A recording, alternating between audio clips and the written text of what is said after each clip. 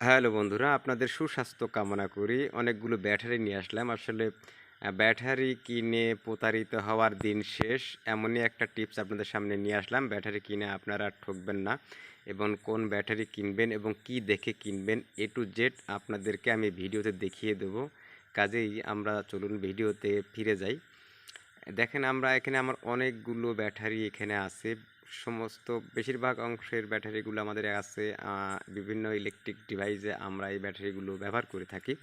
কিন্তু মূলত কথা প্রথম যে ব্যাটারিটা আমাদের ডিভাইসে থাকে সেটি ভালো চলে, পরবর্তীতে কিনলে আমাদের আর চলে না এবং সেটি কেন চলে না সেটি আমরা বুঝি না, তাই প্রতারিত হই। এখানে দেখছেন আমি একটি ডিজিটাল পাল্লা আমার এখানে নিয়ে এসেছি। আমি এই ডিজিটাল পাল্লা দিয়েই আপনাদের কিছুটা ধারণা দিয়ে দেবো।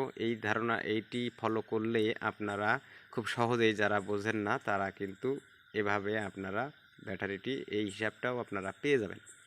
তো এটি একটি 6 ভোল্টের ব্যাটারি আপনারা দেখতে পাচ্ছেন। আসলে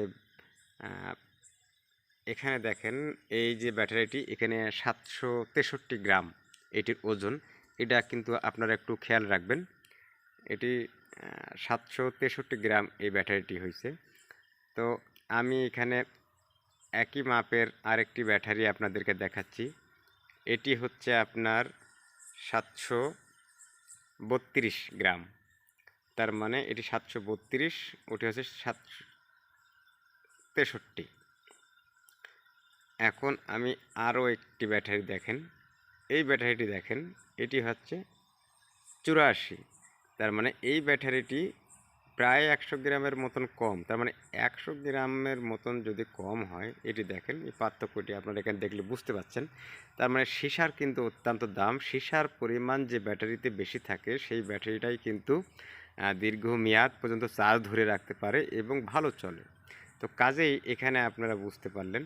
তো আমি দেখেন পাশাপাশি আরেকটি ব্যাটারি, এটি হচ্ছে 4 ভোল্টের ব্যাটারি। এটি আমরা ডিজিটাল পাল্লা থেকে শুরু করে বিভিন্ন ধরনের ডিভাইসে, ইলেকট্রিক ডিভাইসে ব্যাটারিগুলো ব্যবহার করা হয়।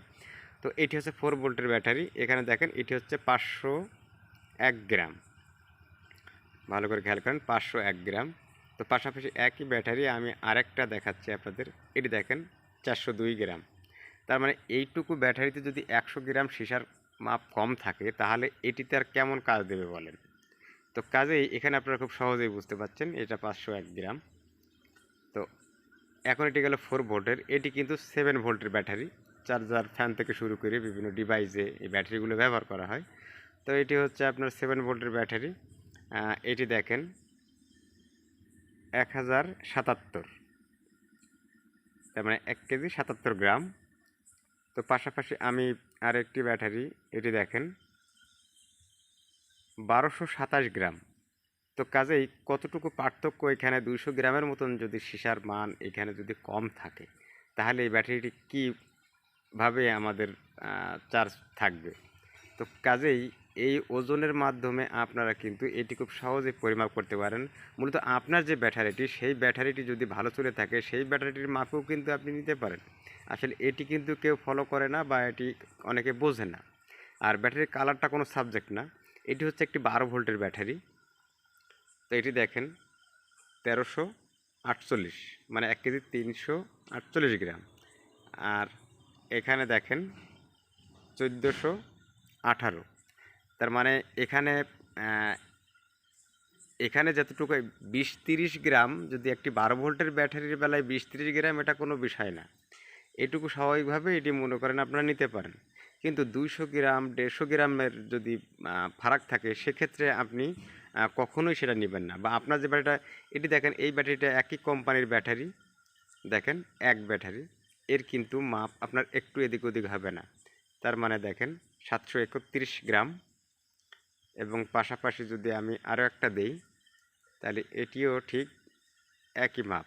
তার মানে দুটি ব্যাটারি ভালো এবং একই ধরনের মাপ এখানে দেখা গেছে। তার মানে এই ব্যাটারি খারাপ হওয়ার কোনো সুযোগ নেই, এটি ভালো চলবে।